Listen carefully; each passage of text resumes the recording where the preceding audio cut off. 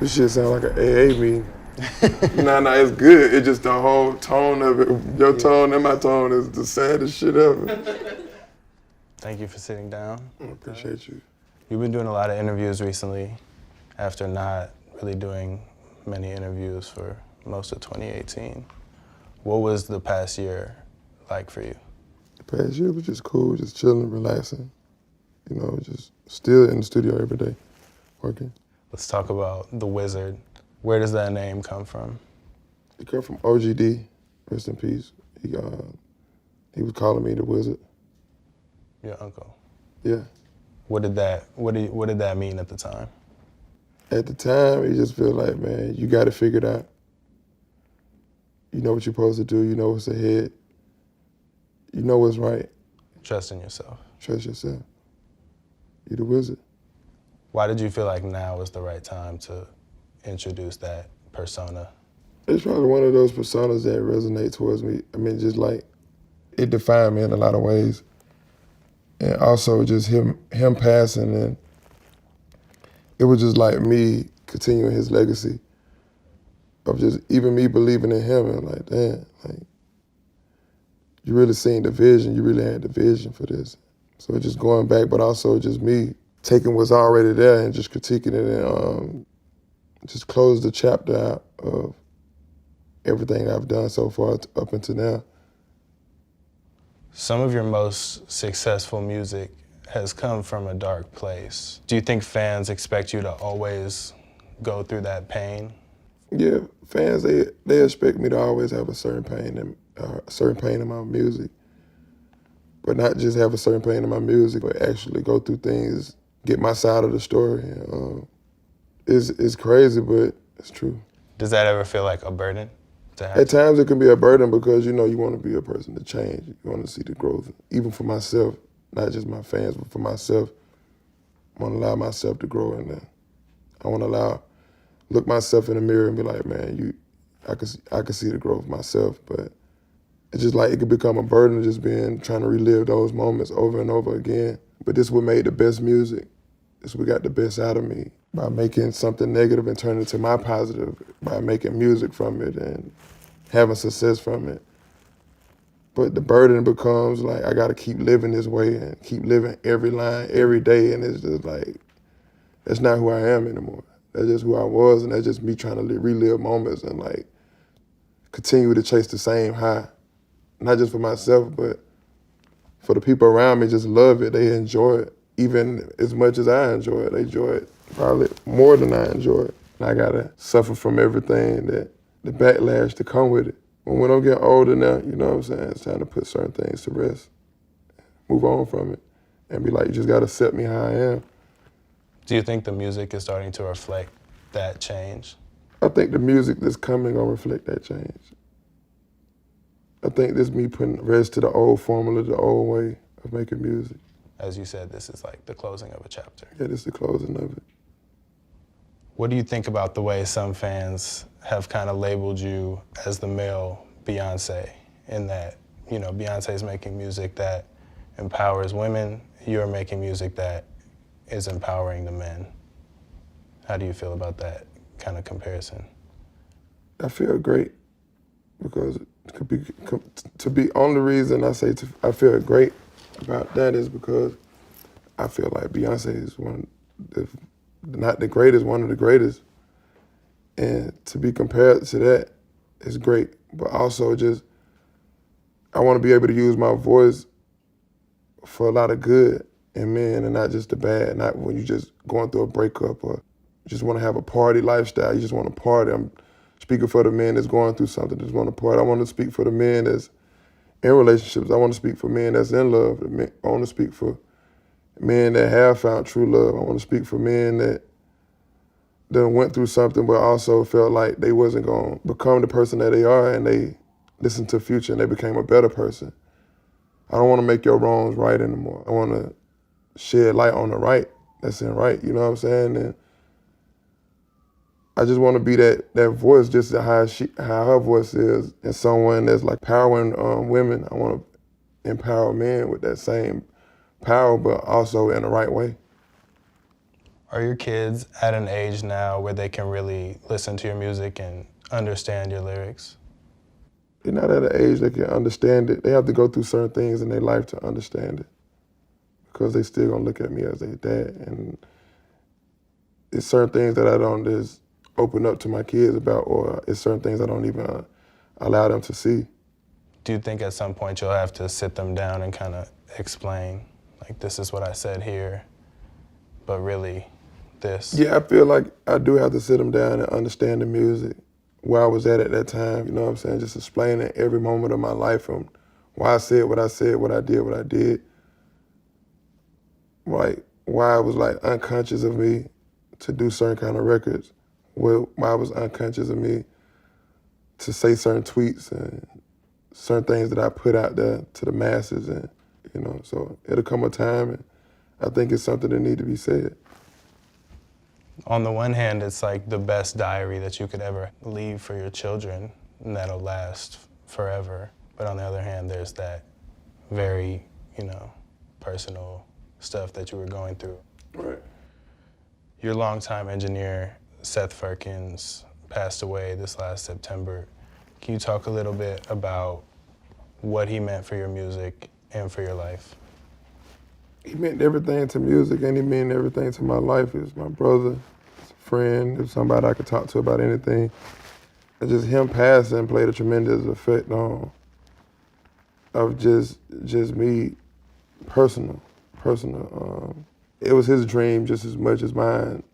At this point, it feel like that was my partner. So to lose my partner still is a big deal for me.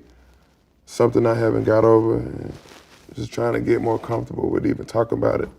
Because it's my first time really just talking about it after he done passed away for like a year. So it's really like my first time really just talking about it now. You know what I mean? And so I still haven't got comfortable. I'm still missing him every day and still think about it. So I'm just trying to find the words and just saying anything. Did that big loss change the way you operate in the studio? At first, it changed the way I operate at the studio, because I'm just like, I compare everything to Seth. Like, Seth wouldn't do this, Seth didn't do that. Just mad, just angry, not having them around, but it didn't change anything. Before Future and Hendrix, you took a break from social media. Was it the same this time around for this album?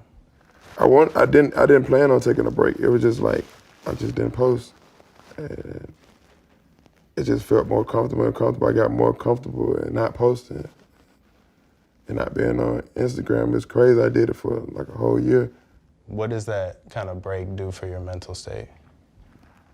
Certain things people say about me is because that's the energy that I probably put out, and they just going off what they see. So I can't blame them from what they see and what I put out, but also just knowing like, damn, if I was misunderstood from something, I want to be able to work on that. Like, I want to be able to work on my weaknesses and build them up and be my strength, you know what I'm saying? And really sit back and think about it, analyze everything around me, and analyze everyone around me, people I choose to be in my life, just to make a better me. It's just you and your thoughts. It's me and my thoughts, and it's just distractions from just normal shit that happen every day that I gotta just deal with. It seems like you and Young Thug were always locked in together over the past year. What is it about being in the studio with him that's special? It's like my twin. Then it's like seeing me all over again. He younger than me, and I just don't want him to make the same mistakes I made. I want him to be bigger than me in every way, you know what I'm saying? So it's just me being around him and understanding him, and he understanding me. Just being these two big superstars that have two different missions once we together is like, to me, it's still something special. It's like, I feel like nobody want to see that happen because it's too genuine, it's too right, it's too powerful. But we trying to find a way to make it more big and more powerful. There's no ulterior motives. It's just pure. It's just all about just real love. What advice have you given him? It's numerous of things, even with him telling me things that make me better. Like, he's super smart. He always tell me certain things. I'm like, man, sometimes I need you to be my eyes and I need you to be my ears. It's just like, I'm not gonna see everything. I'm not gonna hear everything. That's what I got you for. Like 2-3 days ago, he was just telling me the most realest shit ever on the phone. And I was just listening to it because I was just had the time to reflect, like, and just some of the things that he was saying, just, it hit home. And I was just like, you right. I just never had time to change that, certain things about me, certain things people love about me, then not even recognizing the things that people love about me but don't like, but they might put up with it because they love me. And it's like, damn, did I take advantage of that? Or did I take advantage of real loyalty? Did I take advantage of friendships? Did I take advantage of just me being who I am? So it's just certain things that you recognize and you just take time out to recognize. And you're like, I need to change it, or you know what I mean? Like, it'll make me a better person.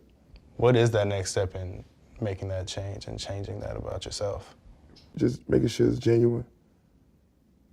You know what I'm saying? Me making the right choices. Who to bring in my life is gonna be something I regret, or gonna be something that's gonna end up being a mistake that I made. I feel like, you know what I'm saying, those are the things I need to change, and I can't look at it as just, that's that future mentality, that's that rock star shit. So if it's rock star shit, it's my legacy. This is what I'm leading, this is what I'm leaving. This is why I want people to talk about me, good or bad. I don't care what they say, I just want them to talk about me when I'm no longer here. I need to stop just that not caring attitude. When you probably have $1 million or $5 million, you could do this shit, but come on, Future, you having this much success and you doing this, you still doing the same shit you was doing like if you was in the streets. But I think back like, damn, I'm from the streets, so fuck it. Even though I am what I am today, I can't still I carried that mentality, the way I think, and that not caring mentality, I carried it on into music, into business, into where I move. Just like, it's just time to stop that. It's like it's an end, like you're not in the streets anymore. It's over, that's your past life. When you grow up that way though, as you say, when you come up that way, it's hard to unlearn all that stuff that helped you survive. Right. Like I said, it's a mentality. The street shit, it's looking at it as a street shit, like, who cares? Like, you used to be doing this, now you're doing this, and it couldn't be worse than where you was at. Nothing could be worse than standing on the corner. So just leaving that lifestyle alone, like, forget it.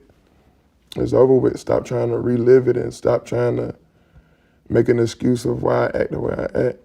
It's because now I know better now. You know what I mean? So, I don't know. That's just part of me maturing. What makes you happiest right now? What makes me happy is knowing my family happy. Is there anything about which you still feel like you're misunderstood? I misunderstood the fact that how much I love love. I love the thought of finding real love. I love the thought of loving somebody that loved me just as much. You know. Do you feel any closer to finding that for yourself? It ain't about feeling closer to it because, you know, you just want it to happen because the level of love that I want unconditional. I die for you, love. I die for you, you die for me type of love. I ride for you, you ride for me, love. Not ride when it's good, only when it's beneficial. Ride when it's tough. When you find it, it'll come when it comes. It's just like you don't search for it.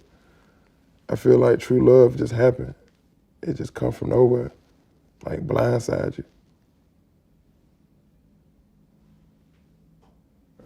Thank you, man.